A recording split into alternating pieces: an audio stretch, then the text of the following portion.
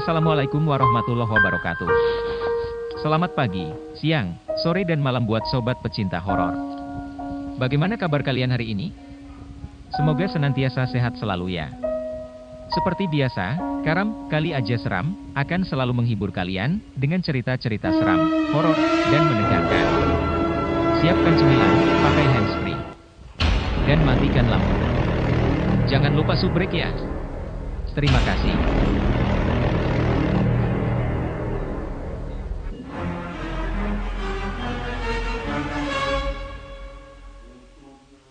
Kamar sebelah, tanggal 28 Februari tahun 2000. Raffi, tolong simpan kardus-kardus ini ke kamar sebelahmu, perintah ibu. Siapa tahu nanti berguna. Aku langsung membawa setumpuk lipatan kardus itu ke kamar di sebelahku. Saat itu kami sekeluarga baru pindah, sehingga banyak barang yang harus kami tata. Untung saja rumah baru kami sangat besar dan berlantai 2, jadi kami tidak usah bersempit-sempitan lagi seperti di rumah lama. Saat aku masuk ke ruangan di sebelah kamarku, jendela besar langsung terpampang di sana tanpa tirai. Aku bisa melihat pemandangan hutan dari sana dengan sangat jelas. Pucuk-pucuk pepohonan melambai-lambai seolah-olah mengajakku untuk pergi ke sana. Tapi memang itu keinginanku. Aku paling suka berkemah atau menjelajah hutan yang belum ku kenal. Dan untungnya, ayah mengizinkanku untuk berkemah di hutan itu.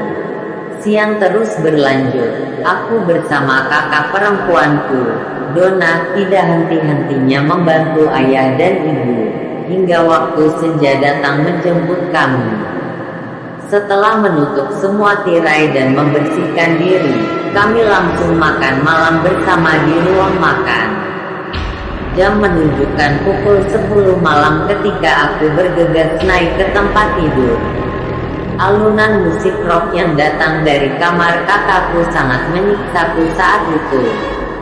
Meski kamarnya ada di bawah, namun musiknya tetap terdengar sampai ke telingaku. Aku jadi benar-benar tidak bisa tidur. Hingga akhirnya terdengar sebuah suara yang datang dari kamar di sebelahku. Sebuah suara yang lumayan keras, dan membuat lantai kamarku bergetar. Aku langsung bangkit dan memasang telinga baik-baik. Itu suara jendela dibanting. Tidak salah lagi.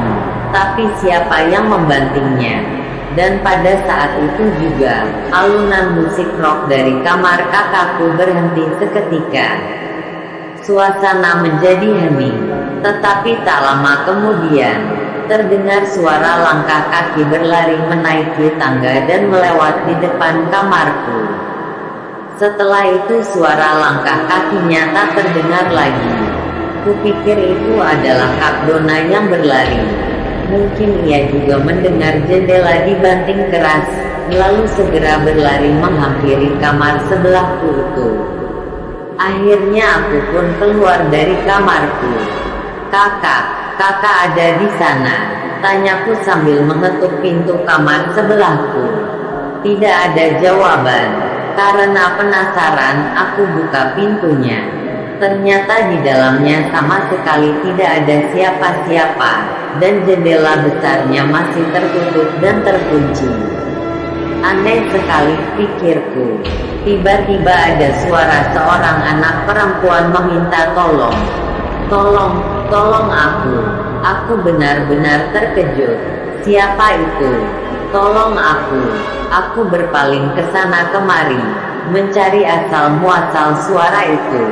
Namun aku tidak menemukannya. Dan meski aku sudah berbaring di kamarku, suara menyeramkan itu terus-menerus menghantuiku sepanjang malam. Aku benar-benar tidak bisa tidur. Benarkah? Ujar Donna. Padahal kan aku membiarkan kaset rockku menyala sampai tengah malam. Tidak mungkin. Aku benar-benar mendengar kalau musik rock di kamar kakak mati setelah ada suara jendela dibanting itu. Lalu terdengar suara langkah kaki berlari menaiki tangga. Jelasku. Saat itu kami sedang makan pagi. Aku ceritakan semuanya kepada kakak, ayah, dan ibu. Ibu hanya tersenyum mendengar perkataanku. Mungkin kamu hanya bermimpi. Kau tidak biasa dengan rumah ini. Sehingga, ya, halusinasimu mulai bermain dan mengganggumu. Tambah ayah. Kalau sudah terbiasa pasti tidak akan begitu. Aku mengeluh di dalam hati. Mengapa mereka tidak pernah percaya padaku? Sedangkan pada Kak Dona, semua yang diceritakannya selalu ditanggapi dan dipercaya. Aku dan dia kan hanya beda 5 tahun. Aku kelas 4 SD, sedangkan dia kelas 1 SMA. Tapi kata teman-temanku, orang yang lebih tua memang lebih dipercaya. Oh ya, nanti malam, pamanmu akan datang menginap di sini, kata ayah membuyarkan lamunanku.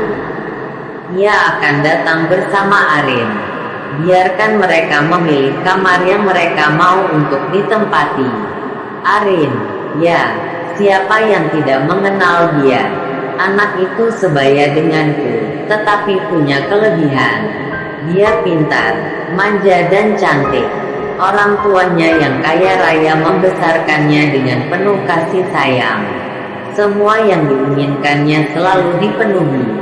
Di depan orang tuaku atau orang lain, ia adalah gadis manis yang penuh sopan santun. Tapi di depanku, ia adalah anak yang sombong dan licik. Kenapa harus memilih? Biar saja mereka tidur di kamar sebelahku. Tukasku kesal. Ayah menatapku. Raffi, dengarkan ayah. Pamanmu yang menemukan rumah besar ini.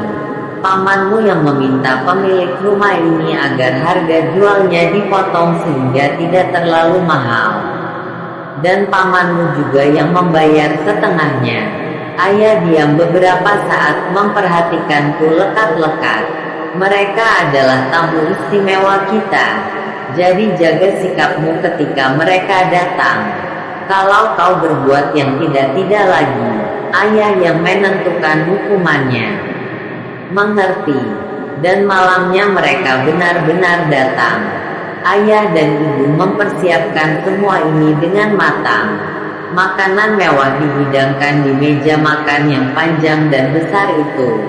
Semua ruangan dipel, dan Kak Dona mengenakan baju terbaiknya. Sialnya, Arin memilih kamarku untuk ditempati. Aku terpaksa tidur di kamar menyeramkan itu hanya dengan 1 buah matras, selimut tipis dan sebuah bantal yang keras. Menyebalkan. Arin hanya tersenyum puas sambil bertolak pinggang saat ia memilih kamarku dan melihatku merengut karenanya. Malam tiba. Seperti biasa, aku tidak bisa tidur. Lampu tidak kumatikan, dan kubiarkan selimut membungkusku hingga ke hidungku. Aku tetap terjaga. Rasanya waktu berputar cepat sekali. Pukul 9, pukul 10, pukul 11. Dan aku tetap tak bisa tidur. Telingaku pasang baik-baik, tetapi saat itu sama sekali tak ada suara apa-apa. 1 jam pun berlalu. Tidak 1 jam. Tetapi pukul 11 lewat 59 menit 55 detik. Jam dinding terus kuperhatikan dan kuhitung detiknya. 56, 57, 58, 59. Dan saat itu, lonceng jam di ruang tamu berdentang keras. Itu sedikit membuatku terkejut. Aku benar-benar tak percaya. Inilah pertama kalinya dalam seumur hidup aku tidak tidur hingga pukul 12 malam. Tiba-tiba sesuatu terjadi. Lampu kamarku dalam sekejap mati, dan aku sangat ketakutan. Aku berlari menghampiri pintu dan berusaha membukanya. Tetapi tidak bisa, terkunci.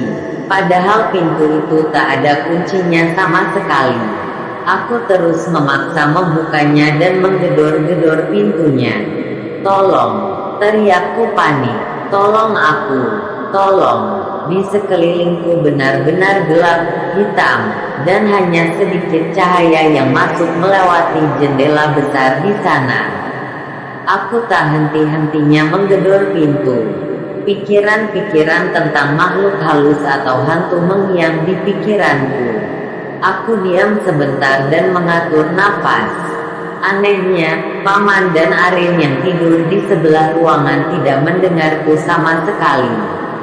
Ayah, ibu, atau Kak Dona pun tidak datang menghampiriku, padahal teriakanku sangat keras. Saat diam beberapa detik, tahu-tahu lampu sudah menyala kembali.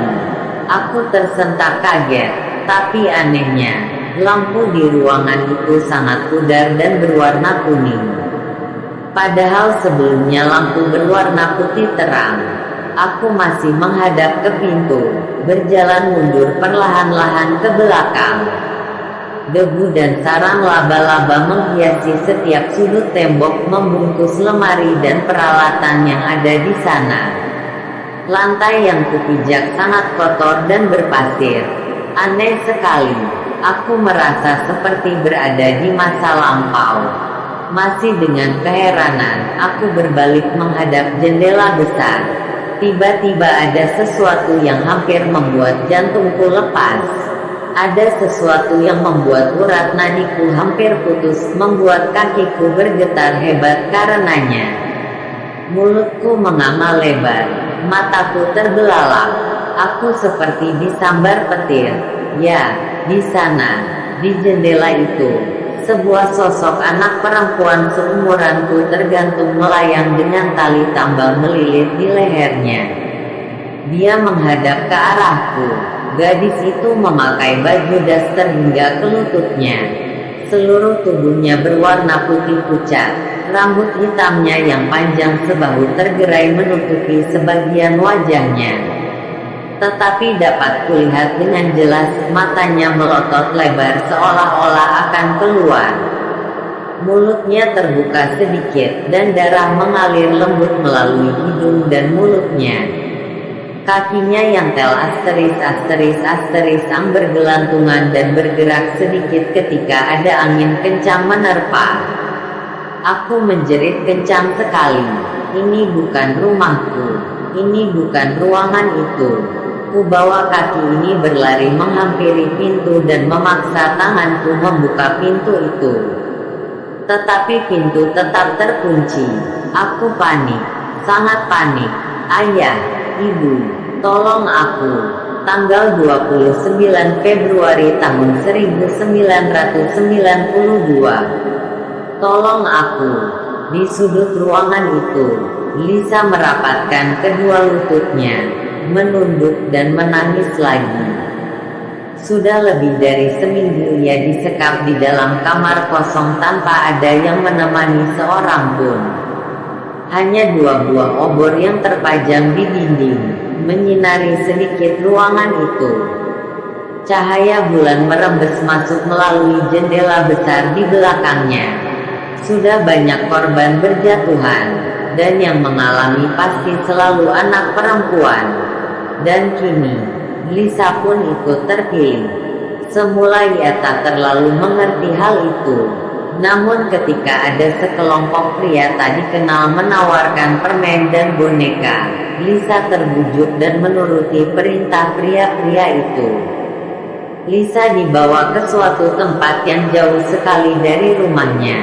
Ia disuruh masuk ke dalam sel yang penuh dengan jeruji, mirip seperti penjara. Di sana, banyak sekali anak-anak perempuan seumurannya yang sedang duduk membungkuk. Wajah mereka sangat memelas, seolah tidak ada harapan yang akan menyelamatkan mereka dari kengerian itu. Mereka semua sangat kurus dan cekung. Dan inilah awal malapetaka yang dialami Lisa. Gadis cantik itu harus menerima siksaan yang amat sangat menyakitkan. Ia tidak bisa bertemu dengan kedua orang tuanya. Padahal di kejauhan sana, orang tua Lisa sangat panik mengetahui anaknya hilang. Sirine mobil polisi terdengar di mana-mana. Sementara surat kabar tak henti-hentinya menampangkan berita itu. Penculikan anak terus berlanjut. Satu persatu anak di dalam ruangan itu dipanggil dan dijual ke luar negeri. Lisa tidak tahu tentang itu. Yang ia tahu, pasti anak yang dipanggil akan dibawa pergi ke tempat yang sangat jauh, dan di sana akan dijadikan budak dan disiksa terus-menerus. Dan sekarang, tepatnya tanggal 29 Februari tinggal Lisa yang terakhir berada di sel itu. Keheningan malam sangat mencekam dan menyiksa dirinya. Baju daster selutut sudah dipakainya selama seminggu. Ia juga menggigil kedinginan. Angin kencang terus menerpa hingga tulang-tulang kurusnya. Sebelumnya, Lisa dan beberapa anak lainnya sudah berusaha untuk kabur. Mereka dengan susah payah membuka jendela besar yang digembok dan dirantai. Tetapi suatu kali mereka berhasil. Mereka bisa membuka jendela itu. Namun ketika melihat ke bawah, hanya sungai kotor dan hutan yang tampak. Belum lagi ketinggiannya mencapai beberapa meter, dan anak-anak itu terlalu takut untuk meloncat ke bawah. Pada saat itu juga, angin di luar berhembus kencang hingga membanting jendela besar itu. Suaranya sangat keras seperti gempa. Salah satu pria yang ada di bawah langsung berlari menaiki tangga dan memarahi anak-anak itu. Tiba-tiba Lisa berpikir, apa yang harus ia lakukan agar ia tidak seperti anak-anak lainnya. Bagaimana cara agar ia dapat menghindar dari semua itu? Ia sangat marah pada dirinya.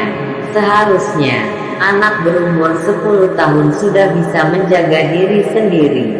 Ia menyesal kenapa tidak memikirkan baik-baik nasihat orang tuanya, dan juga anak-anak lainnya. Mereka semua sangat bodoh dan tolol. Malam itu, Lisa mengamuk-ngamuk sendiri.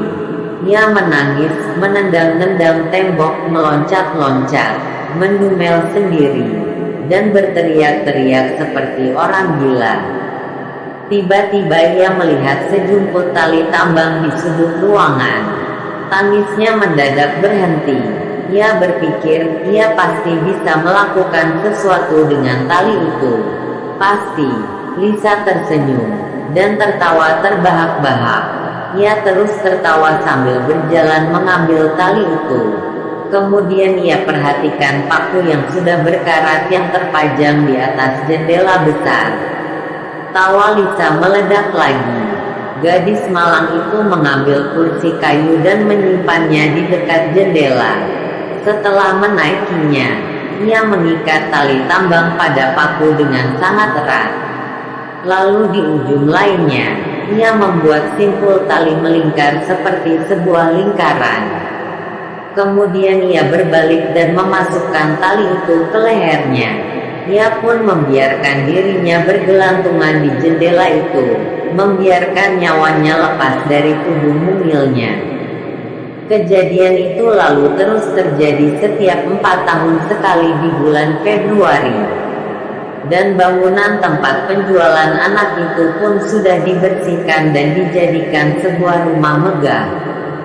Tetapi jendela besar tetap terpasang rapi di dinding, tanpa meninggalkan sedikit pun sisa-sisa luka seorang anak.